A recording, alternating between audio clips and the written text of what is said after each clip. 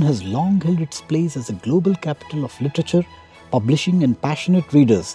The city is alive with bookstores that inspires. Find them among the towering stacks of academic tomes in Bloomsbury, or wander to the countless hidden gems nestled down cobble lanes.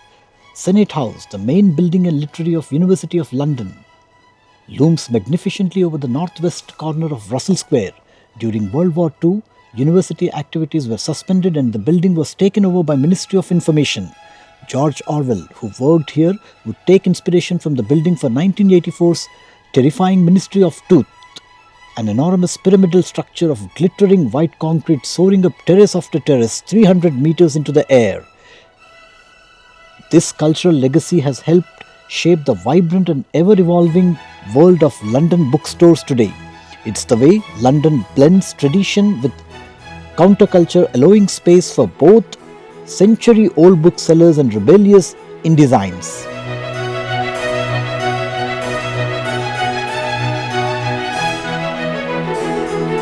Hatchett's is famous as the United Kingdom's oldest bookshop, founded in 1797 by John Hatchett on Piccadilly Line, London. It is renowned for holding 3 royal warrants, serving as a favoured bookstore for literary figures like Oscar Wilde, and holding a prestigious reputation for its curated selection of books, signed its first editions on high-profile author events.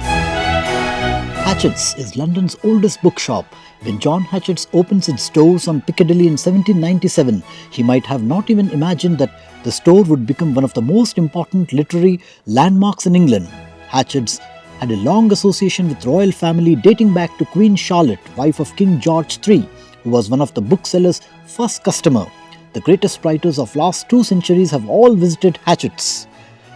Her Majesty Queen, Prince Charles, Elton John, all have standing accounts in the bookstores.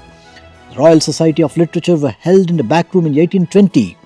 The store boasts fine floor of books from rare to recent, including a wide selection of photography and art publications, and the walls are lined with paintings and pictures that depicts Hatchett's venerable history. London is rich in literature and literary associations, full of surprising stories about the places where writers were born, died and loved. They made capital a backdrop for the plots and significant events in their books and in the lives of their characters. The city's population was around 2 lakhs in 1600, yet it was a place where William Shakespeare, Edmund Spenser, Ben Jonson, Christopher Marlowe flourished. To walk the streets here is to experience layers of past London in the architecture palimpsest, where new foundations have been built upon older ones. Through the contributions in the centuries, it's also the house of literature. Viewers of Investigating Europe will discover the real places from literary works across the city, one book, poem, play at a time.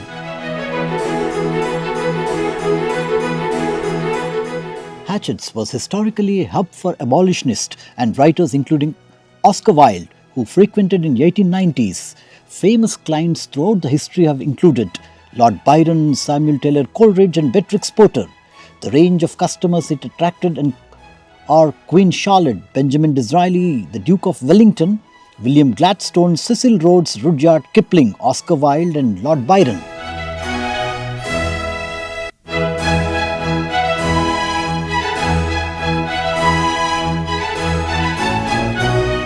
Bookshops are incredibly popular in the UK. London, in particular, is known as intellectuals' hub, which is often cited as reason for the enduring survival of bookstores in the city. Independent bookstores have more freedom to choose what they sell, whereas bigger companies have sellers they report to. Bookshops remain a popular part of London cultural scene.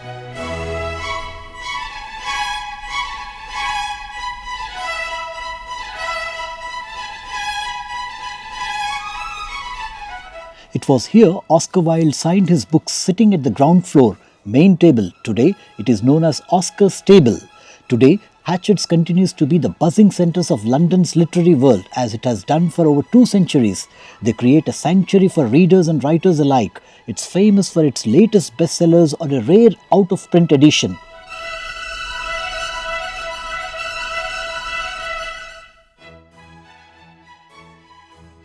His portrait still keeps watch over the ground floor, a noble reminder of shops uniquely long and stored past. This early commercial success attracted readers of the highest order from all different disciplines. Politicians, historians, theologians, and scientists formed the basis of Hatchett's early customer base. Founded in 1797 by John Hatchett's, Hatchett's on Piccadilly is London's oldest bookshop and cornerstone of British literary culture, holding 3 royal warrants. 5 floors are crammed with books from floor to ceiling.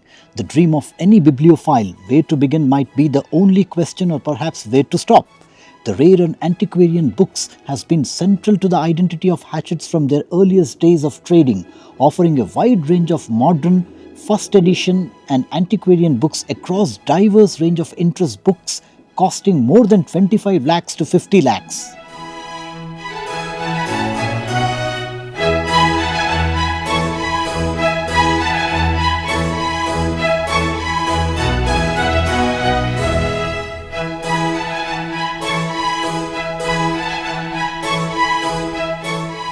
Nestled within the prestigious St. James area, the Mason & Solin bookshop is housed with a stunning Grade II listed building that dates back to 1922.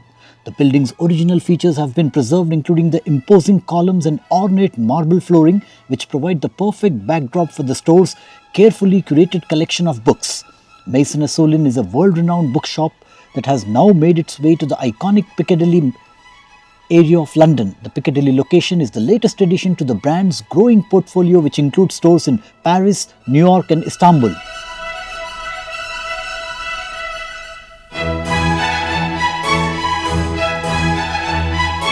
One of the most important bookstores on Marylebone Lane, right? The Dawn Books.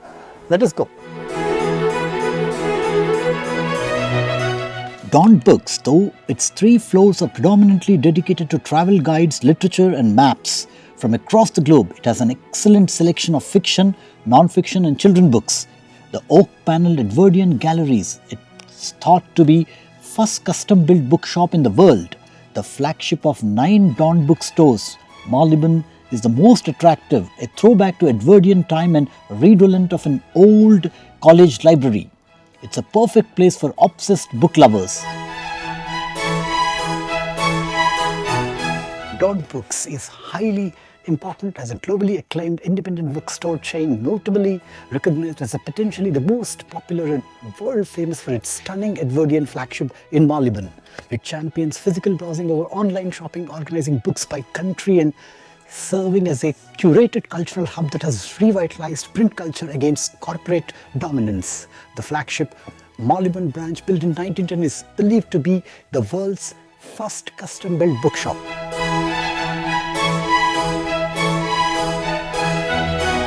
Organized by country, there is literally nothing you won't find here and no nation missed out. In other words, it's the sort of place if you enter you will adore so much you would be embarrassed to leave the place without purchasing something. Dawn Books, with its pretty oak balconies and ornate Edwardian windows, has been named the most popular in the world, beating shops from Prague, Portland, Paris and Germany.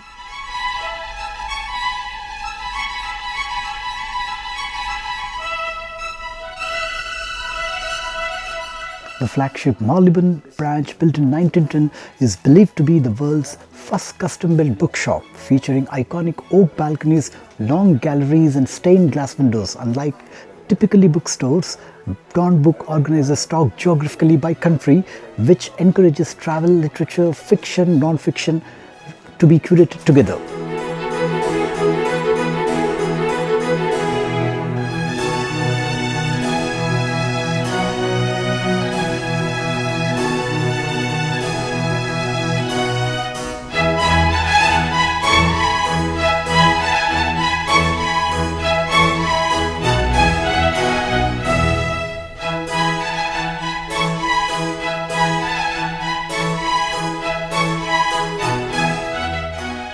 Dawn Books, housed in a former Edwardian bookshop, the interiors has a very classy and nostalgic feel. Oak galleries, wooden floor and almost 3 floors including cellar, plenty of light coming from the glass rooftop and the countless books on the shelves curated from all over the world.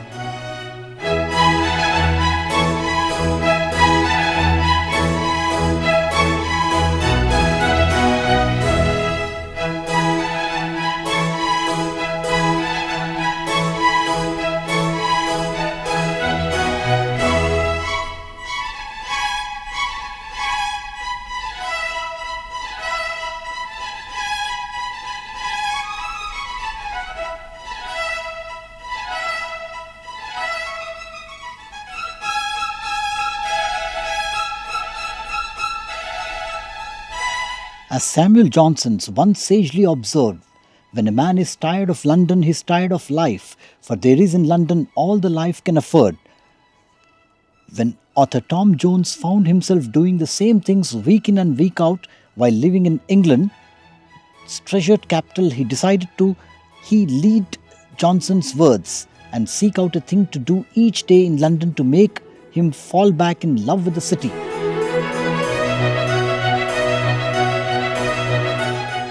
Taking its name from a church dedicated to St. Mary at the Bourne was eventually corrupted Marylebone. In the 18th century, the first street were laid out and residential houses built.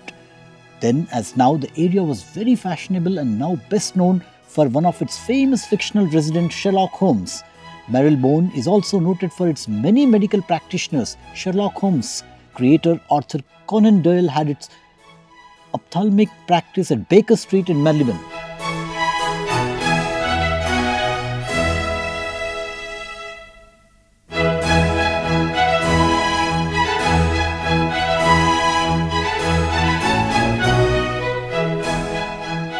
Baker Street, the 22 Baker Street is always mentioned in Sherlock Holmes' adventures. Here, Sherlock Holmes used to always visit his flat friends, and this is how 22 Baker Street at the Marylebone is always mentioned in his Sherlock Holmes novels. As a student in school, we really enjoy Sherlock Holmes, and me as a student was really awestruck by his imaginary world and his fiction, which was absolutely stunning. Now this is 22 Baker Street, and today we are here.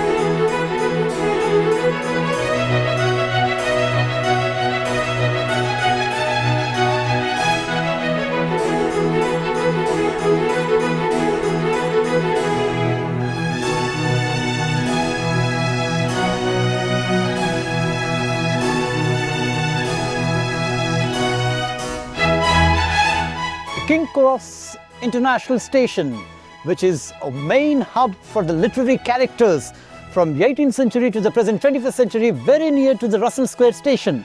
And it is the key pilgrimage for the Harry Potter fans all over the world, which inspires not only the Harry Potter books but also the major characters in all the fiction novels of the English literature. Here's the King's Cross.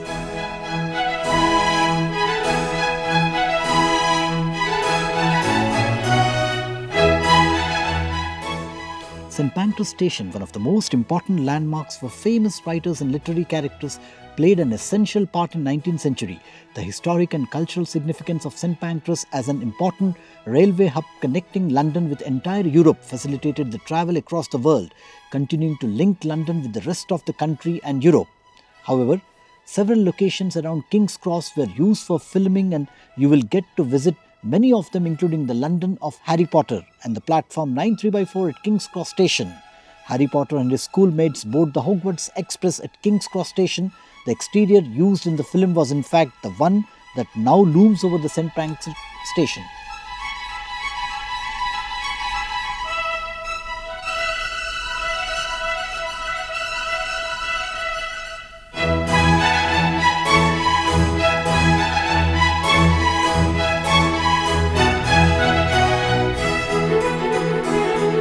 We are at St. Pancras International Station, and very near to the station is Houseman's Bookshop.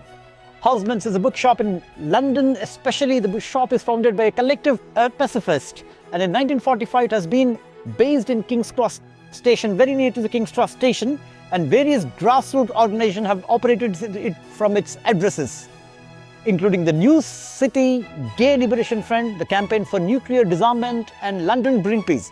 Houseman's shares its building with its sister organization Peace News, and let us have a look.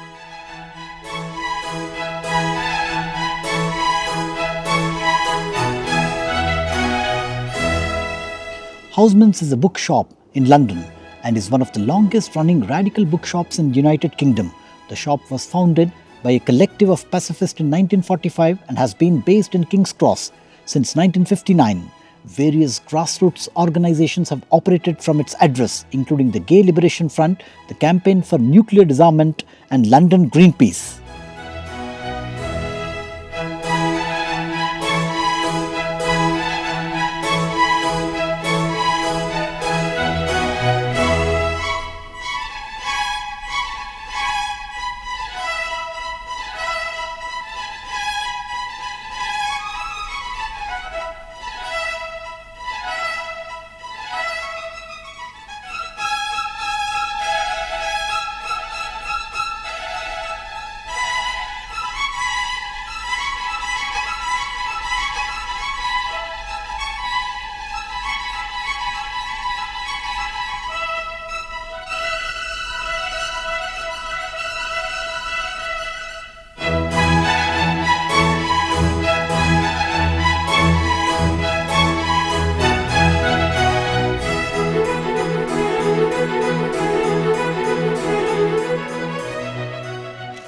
Houseman's shares its building with its sister organization Peace News. Houseman's not-for-profit shop specializes in books on feminism, anarchism and anti-racism, socialism and non-violence. Houseman's is one of many radical bookshops that have been target of police surveillance.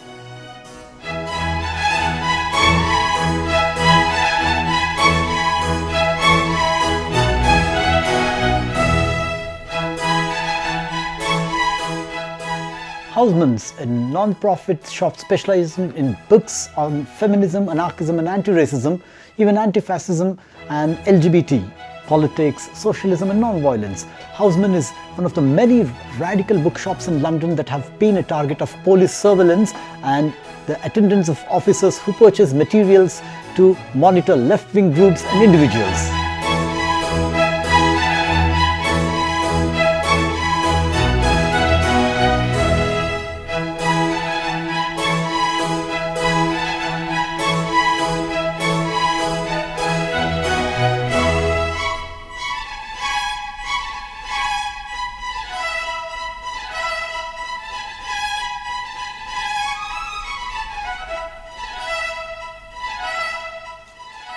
Jude Books operates across a ground floor and basement with around 50,000 titles. The ground floor has books covering the art, architecture, design, film, music and literature, while the basement includes range of other social sciences. In 2008, The Guardian outlined Jude Books as one of the London's finest bookshops.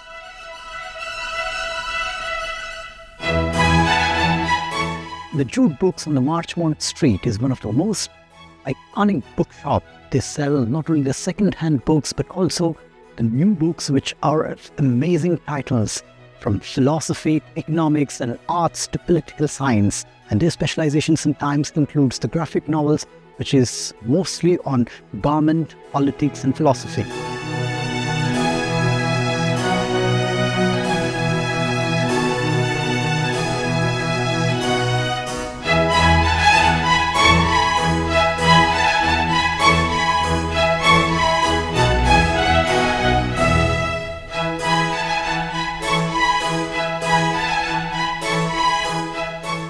London is always special for its literary landscapes and the literature produced.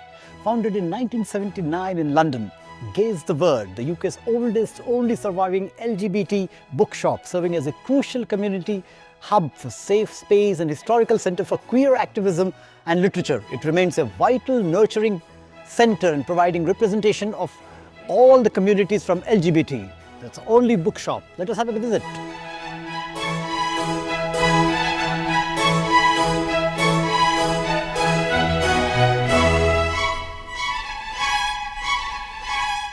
The bookstore has been meeting place of many campaigns and social groups, including gay, black groups and lesbians.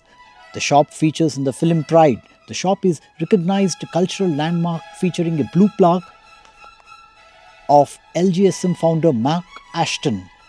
and honouring on his name. Under the Customs Consolidation Act, the shop was almost confiscated and the directors were charged with conspiracy to import indecent books. The shop was raided by UK Customs and Excise during 1984.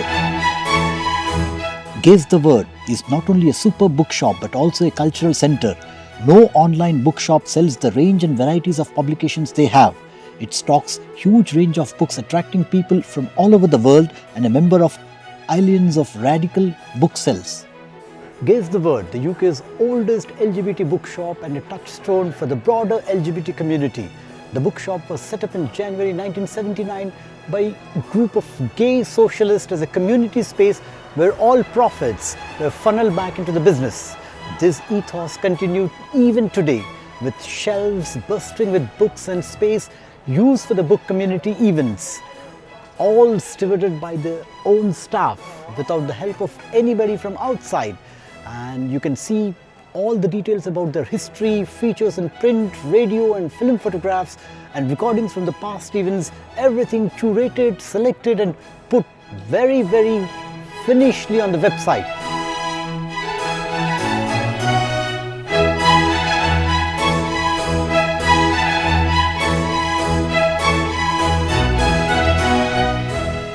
Among all the bookshops, Scoobs is one of the most important second-hand bookstores, and they also sell new books as per the schedule of the books sold here. But Scoobs Books is one of the most important bookshops where you get treasure.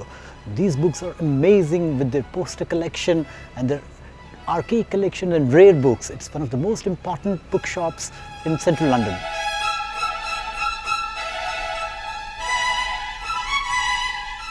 One of the rarest second-hand bookshops, the Scoobs. Let us have a look. Located in Bloomsbury is a beloved independent second-hand bookstore in central London. It boasts 70,000 titles on site spanning philosophy, art and modern literature.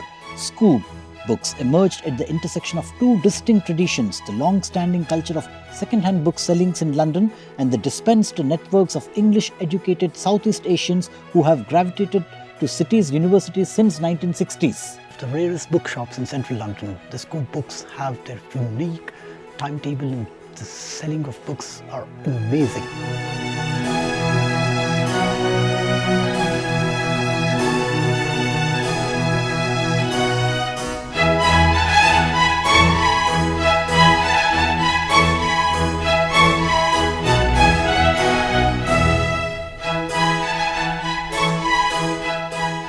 We are at Tavistock Square, Bloomsbury, London.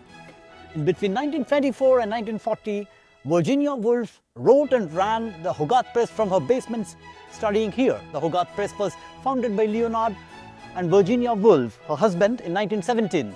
And at their own home, the Hogarth Press, set up by Leonard and Virginia Woolf, used to publish the contemporary fiction at the same place, and this Bloomsbury place was a hub for the writers during 1920s and 1930s.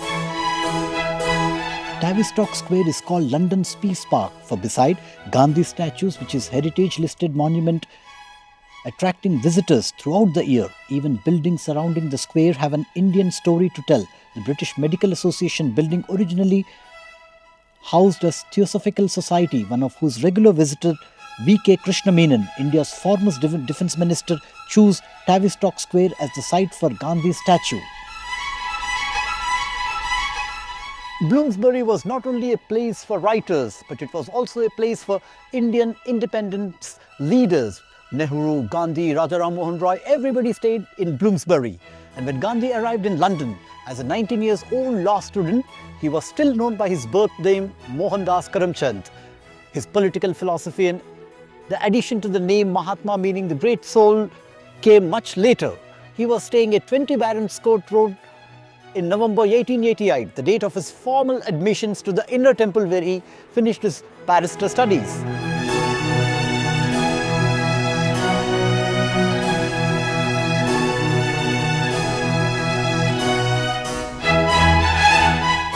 The widowed landlady Elizabeth Fanny Turner, who charged him 30 shillings a week for board and lodging, had herself lived in India but struggled to cater for his meatless diet. He initially adopted a European lifestyle, taking lessons in dancing, elocution and French, and wearing the smart dress of an aspiring lawyer, including a top hat.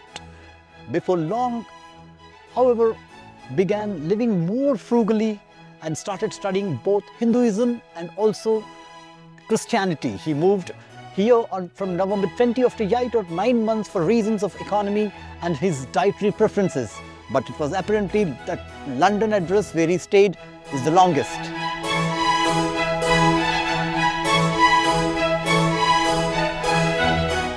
Over the centuries, London has fostered a rich literary culture that has brought some of the world's most legendary writers like Virginia Woolf to Zadie Smith.